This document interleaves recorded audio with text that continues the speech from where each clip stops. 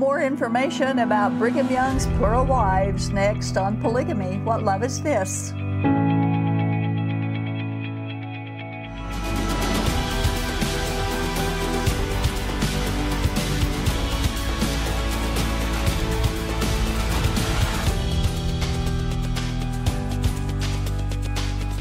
In response to a viewer's suggestion, this is our third program about Brigham Young's 56 plural wives.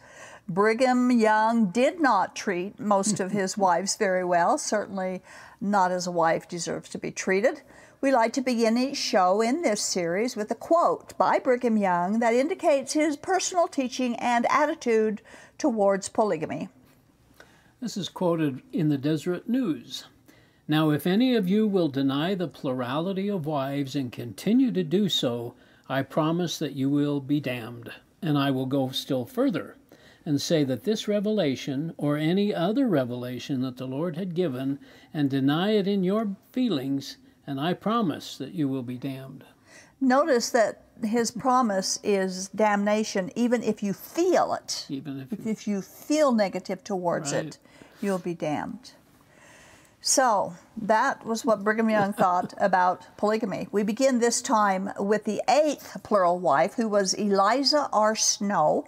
She was a very prominent and highly respected Mormon woman, both in her day and has been through the decades, even today. She has. Eliza Snow has been highly exalted in Mormon attitudes and in faith-building stories.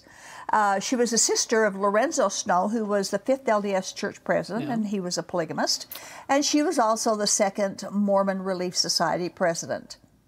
Eliza had also been a plural wife of Joseph Smith, so she got the cream of the crop on both of them there. She was a real catch for old Brigham, too. In fact, it was Brigham who performed the plural marriage ceremony between her and Joseph Smith. In fact, 6 of Joseph Smith's plural marriages were officiated by Brigham Young. Now, after Joseph Smith and Eliza's secret marriage took place, she moved into Joseph Smith's home, but Emma discovered her close relationship with her husband, and she was violently expelled. We quote from the book, Nauvoo Polygamy. Yes, Charles C. Rich saw the prophet and Emma come out of a room upstairs and walk together toward the stairway. Almost at the same time, a door opposite opened, and dainty, little, dark-haired Eliza Snow, she was heavy with child, came out and walked toward the stairway. When Joseph saw her, he turned and kissed Emma goodbye, and she remained standing at the banister. Joseph then walked on to the stairway, where he tenderly kissed Eliza, and then came on downstairs. As he reached the bottom step, there was a commotion. Both Joseph and Rich turned to see Eliza come tumbling down the stairs. Emma had pushed her. In a fit of rage and jealousy, she stood at the top of the stairs, glowering, her countenance a picture of hell. Joseph quickly picked up the little lady, and with her in his arms, he turned and looked up at Emma, who then burst into tears and ran to her room. Quite a drama there. Yeah, I'll say. Eliza evidently suffered a broken hip from this incident, and from that point on, she walked with a limp. She also lost her unborn child and was never able to conceive again. Wow. Before this incident, Emma and Eliza had been close friends and confidants. Eliza was typical of early Mormon polygamists, both denying that Mormons lived polygamy while at the same time herself being a polygamist and teaching and convincing others to enter into secret plural marriage. Wow. After Joseph Smith was killed, Brigham Young, Heber C. Kimball, and some other men from Mormon leadership offered to be proxy husbands for Joseph Smith's plural wives. Eliza accepted Brigham Young as her proxy husband and was married to him for time only on October 3rd of 1844, just 4 months after her Joseph Smith had been killed. Eliza is said to be the very prototype of what is called female roosters in Zion. She was always ready to enslave and drag men and women into polygamy.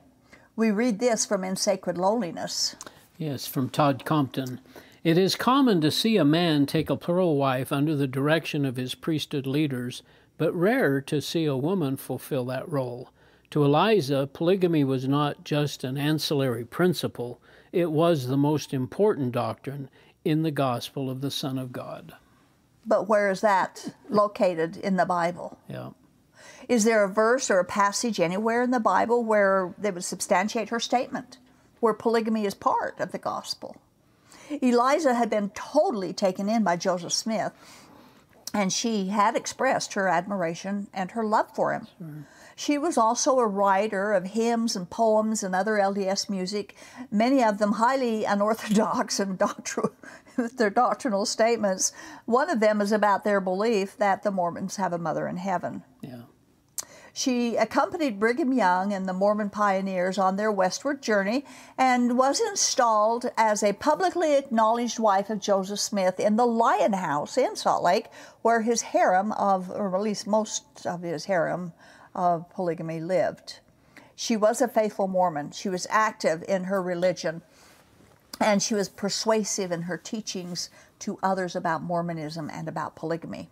In March of 1887, Eliza developed a serious illness from which she never fully recovered. In November, she became more and more sick, and in November 5th, she passed away. She was 83 years old and was buried in Brigham Young's private cemetery. Wow. So she lived quite a life. Yeah. One account that I read about her and some of these other older women that Brigham Young had in their older age was that they would get...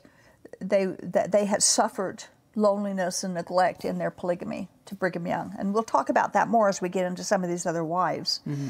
But they hung on to it, so tenaciously. Yeah, it sounds like she really did. She did, yeah. And so did Zena Huntington and a few of the other women who were very prominent members of the women in Salt Lake once they reached Salt Lake.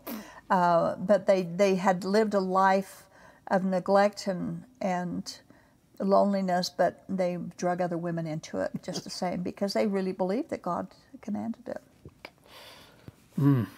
Sad. You'd think that when they get on the other side, what they'll learn about what they... I often think about that when they close their eyes in death here and they wake up, they're facing God, and He says, "What did you do with Jesus?" Yeah. It's going to be a shock. An eternal shock for them because it has nothing to do with marriage. But I was a polygamist. I was married. But what did you do with Jesus? What did you do with Jesus? Brigham Young's ninth plural wife was Elizabeth Fairchild. She was 16 years old and he was 43, another child bride to his middle-aged status. This was her first marriage, but they got divorced in 1853, so it lasted only 10 years. We wonder, was she married for Brigham for eternity? She probably was, because it was an eternal union. That's what polygamy sealing was. So if she married to Brigham now in their heavenly realm, wherever that might be, even though she divorced him here. Of course she wasn't, because there's no marriage after this life, as Jesus said. We quote from Jenny.com. Jenny.com states that Elizabeth Fairchild married Brigham Young in 1846, James Lyman in 1847, Joseph McMurray in 1853, James Matthews in 1865, and William Chastain in 1868. Wow. Busy little girl. Busy lady. She had at least 5 husbands. We were unable to find further information about her or why she had so many marriages or about her divorce from Brigham.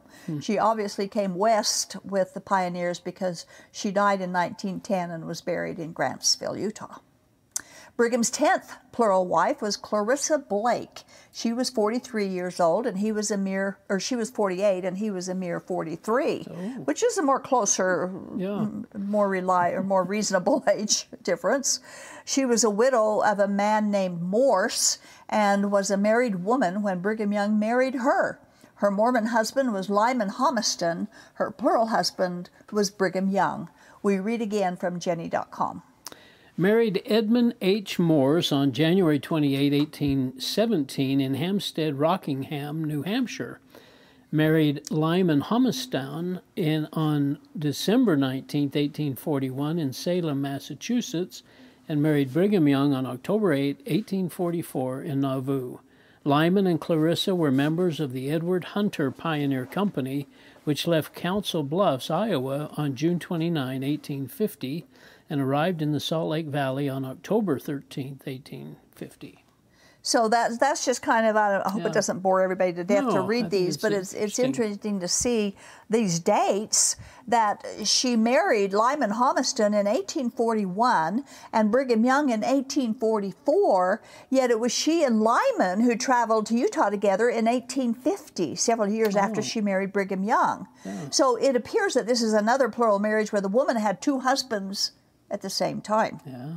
Clarissa Blake died in Salt Lake City at the age of 66.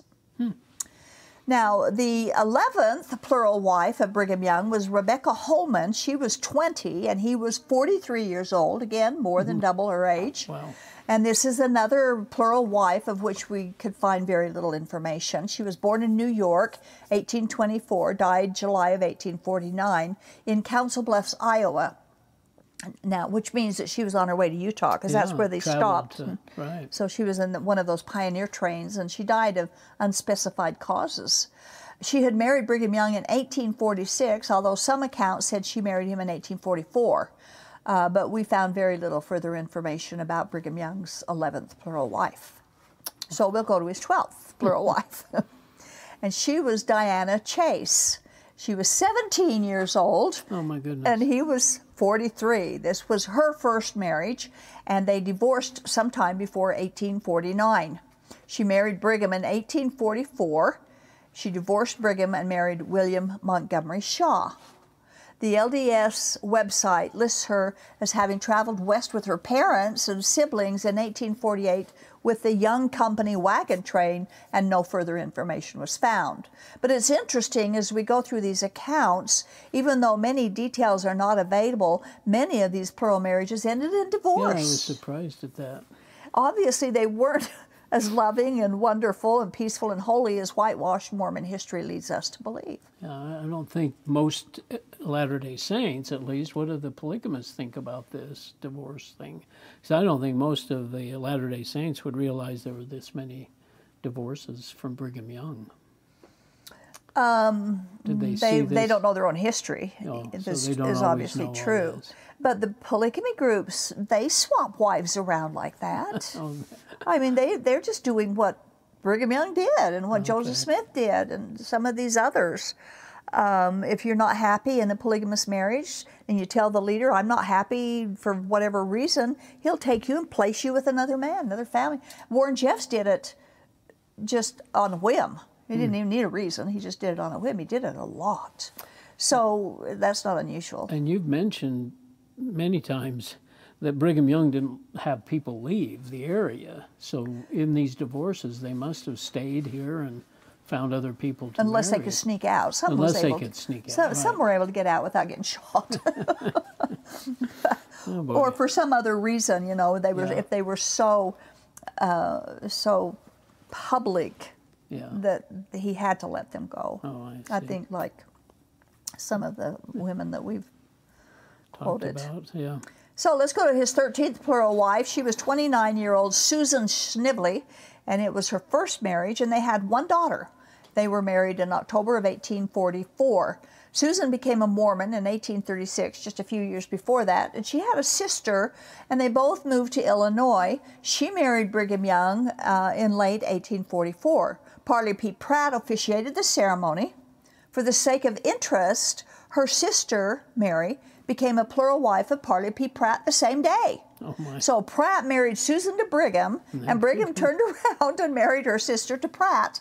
What a setup they had, right? Yeah. Susan traveled west with the Mormon pioneers, and we quote, Brigham owned a large farm on the outskirts of Salt Lake City on which he erected a farmhouse.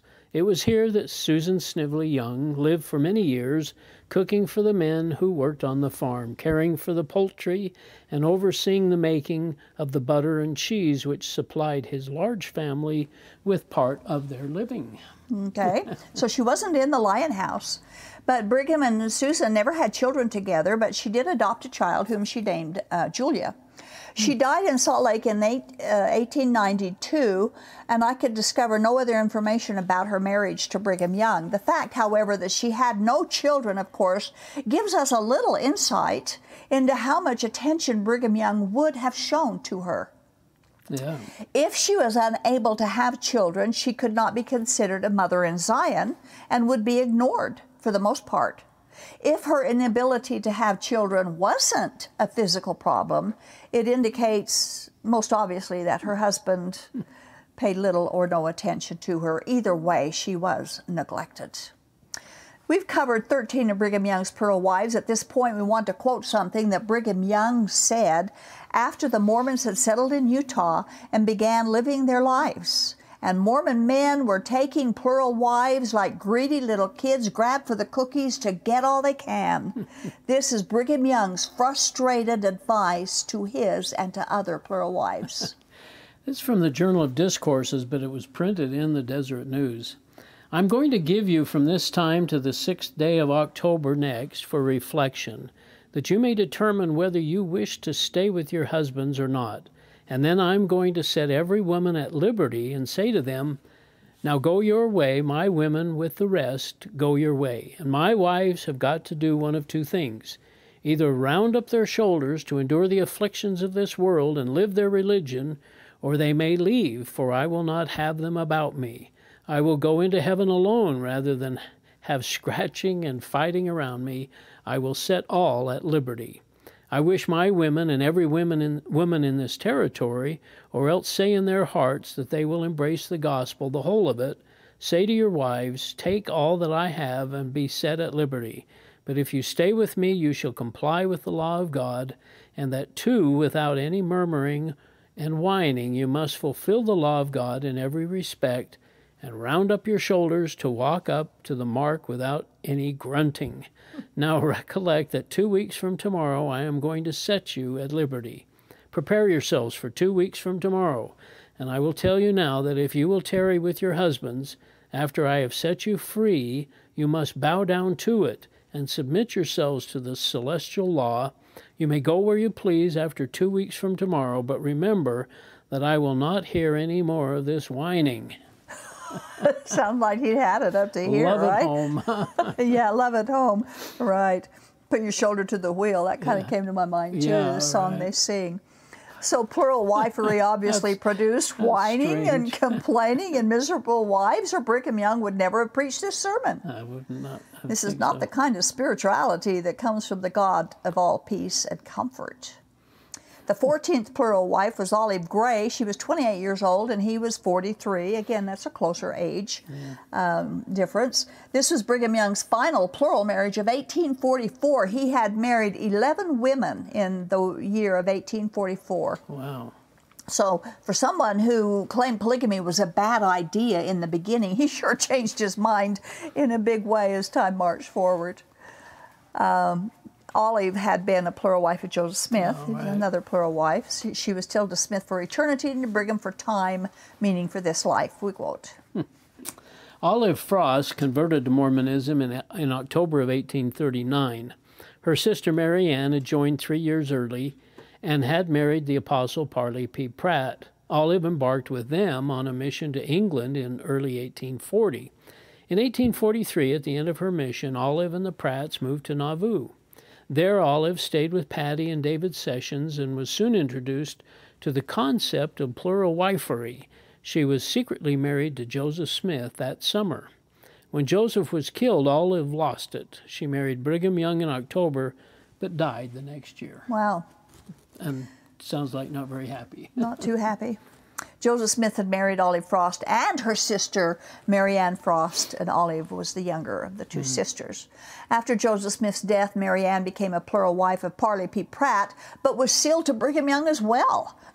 She became a plural wife to each prophet, but when her husband Parley wanted to take a plural wife, another wife, she couldn't handle it very well and divorced him in 1853. Mary Ann's sister Olive had her own odd experiences with polygamy, we quote. Yeah, this is again from Todd Compton in Sacred Loneliness. Olive was resealed to Smith 5 months after his death with Brigham Young as proxy. Her sealing to Brigham for time lasted only 1 year because Olive died October 6, 1845. She was 29. So she died pretty She young, did. and it makes you wonder what was going on in those years.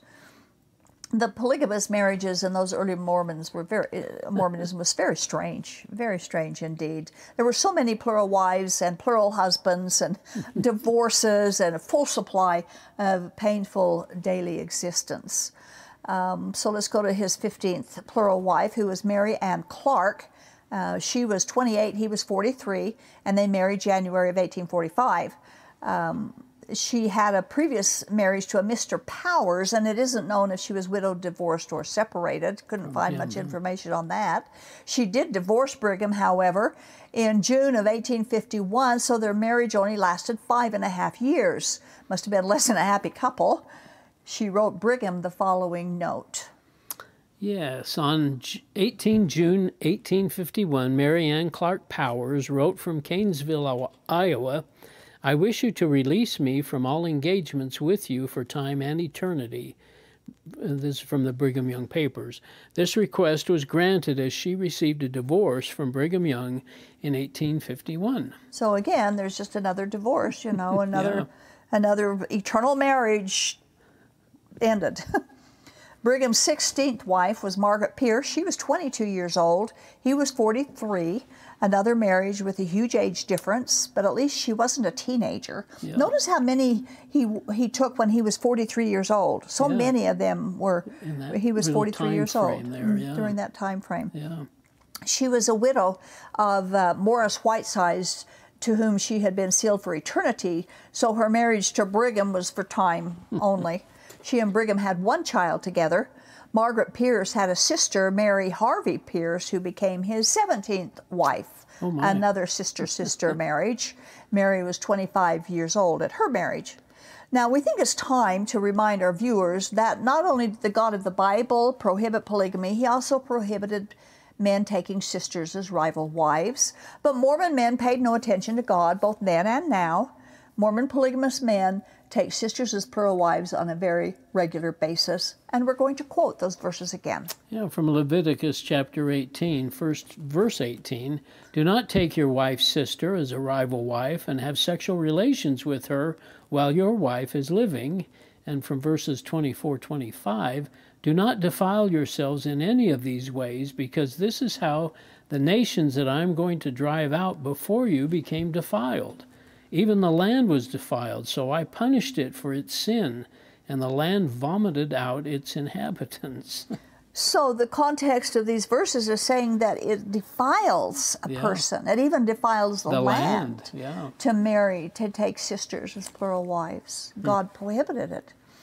But God doesn't support or desire a man to marry sisters as a sister wife. It happens all the time.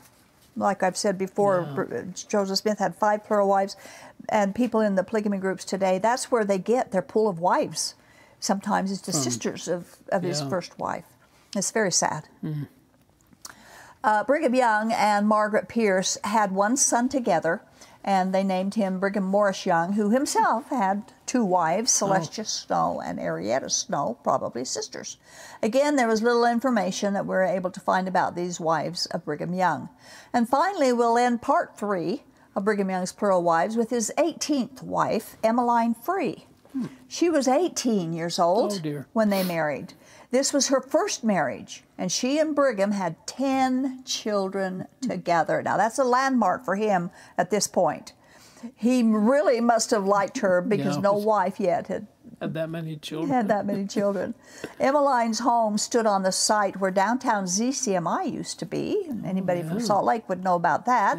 And it is now, however, that place is now an exclusive shopping mall. It was known as the Grant House because it was built by Jedediah M. Grant, who was friend and counselor of Brigham Young. We did find a shocking bit of information about Emmeline, however. And we read this from the LDS Church History blog spot. After his counselor, David H. Wells, eulogizes Emmeline Free Young, Brigham Young stuns those at funeral by instructing her children and grandchildren not to follow his plural wives' bad example.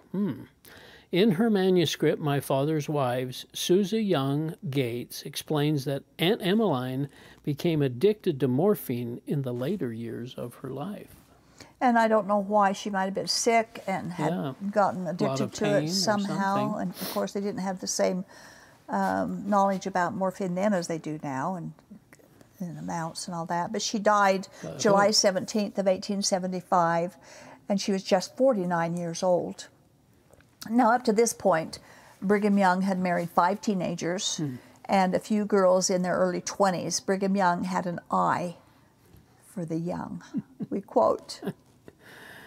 From the Journal of Discourses, do you think that I am an old man? I could prove to this congregation that I am young, for I could find more girls who would choose me for a husband than can carry any of the young men. Little arrogant bragging there, huh? And he proved it. I mean, he did prove that was true. Of course, he threatened them with hell if they didn't. So anyway, can you imagine going to a church service and hearing a sermon like that from the pulpit? They probably heard some really wild things. That's what the Journal of Discourses is. There is some wild things they preached. Very crazy. So, so this concludes part 3 of the series discussing Brigham Young's 56 wives. We'll talk about more of his wives in part 4 and in later programs.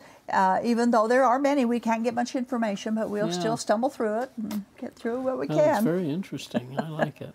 And this, is, of course, is in response to a lady who said that it might help the LDS people in the LDS Church to maybe see it wasn't all as glorious as they think it is. Like you said about the polygamists, we really don't know that much about the dealings and the workings of all this polygamy stuff and the intermarriages and all that stuff. A lot of it. A lot of trading around, Thanks. Thank you, Earl. You bet. You know, God's truth and His faithfulness and His word have never failed and never will. Psalm 117 verse 2 says, "For great is His steadfast love toward us, and the faithfulness of the Lord endures forever." Psalm 119 verse 89 says, "Forever, O Lord, your word is firmly fixed in the heavens." And verse 152 says, "Long have I known from your testimonies that you have founded them forever." Ecclesiastes 3:14, "I perceived that whatever God does endures forever. Nothing can be added to it, nor anything taken from it." God was most certainly able to prevent His word from being corrupted, as Joseph Smith claimed. God is good. He is all-powerful. He cannot lie, and He can and did keep His promise to protect the truth as found in His word and to keep it from ever failing. He established monogamy, not polygamy, as His plan for marriage, and this was confirmed by Jesus Christ Himself. Thank you for watching.